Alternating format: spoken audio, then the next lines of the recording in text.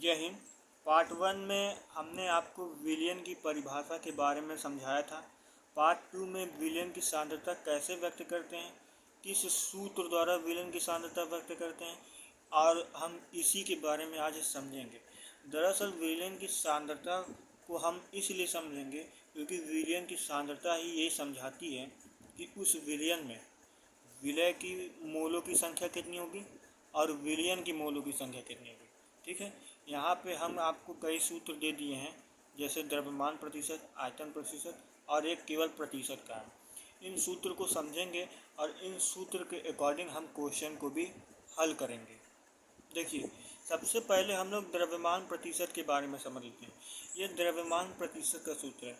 अगर कुछ इस टाइप का क्वेश्चन आता है, जैसे हम आपको क्वेश्चन दिखाते हैं कि यदि 1000 ग्राम विलयन में 150 ग्राम विलय उपस्थित हो तो इस विलयन का द्रव्यमान, यहाँ पर देख रहे हैं, द्रव्यमान प्रतिशत कितना होगा, ये पूछा है। तो द्रव्यमान प्रतिशत के सूत्र से ही हम इसको हल करेंगे। कैसे हल करेंगे हम सब समझेंगे, लेकिन सबसे पहले हम एक एक करके हर सूत्र को समझते हैं। ठीक है, ध्यान दीजिएगा।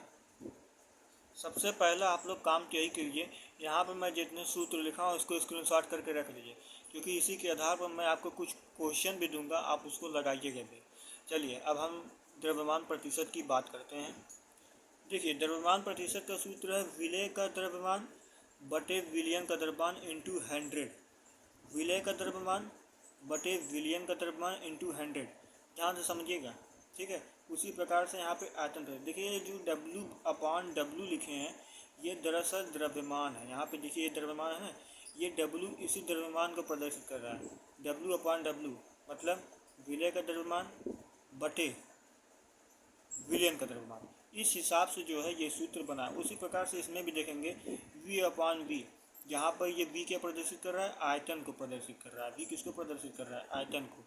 यहाँ पे देखिए विलय का आयतन बटे विलयन का आयतन इंटू 100।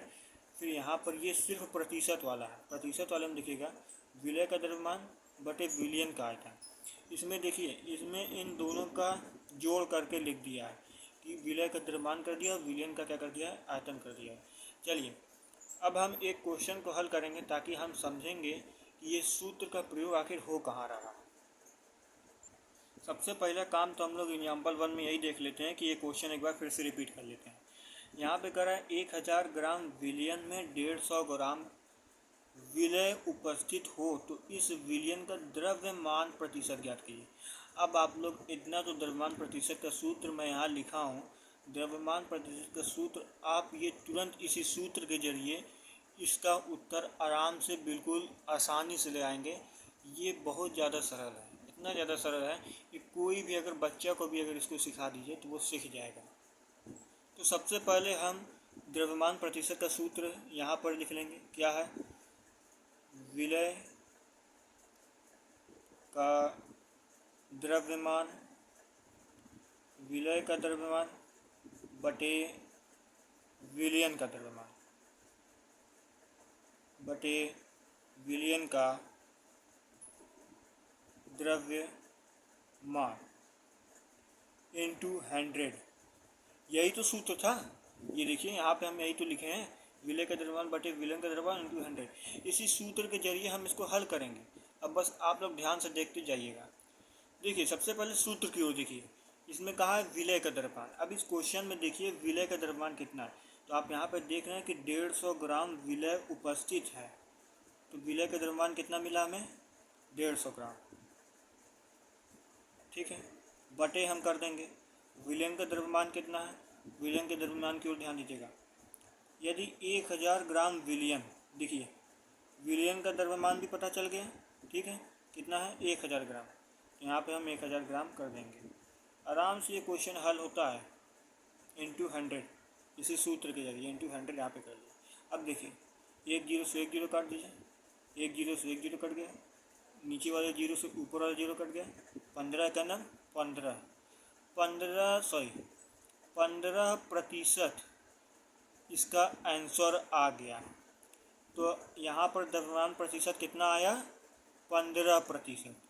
इस तरह से ये क्वेश्चन हल होता है और इसी तरह से आप लोग भी क्वेश्चन हल करिएगा। मैं आप लोग को एक क्वेश्चन दे देता हूँ, वो क्वेश्चन आप लोग हल करिएगा और कमेंट में ज़रूर उसका उत्तर बताइएगा।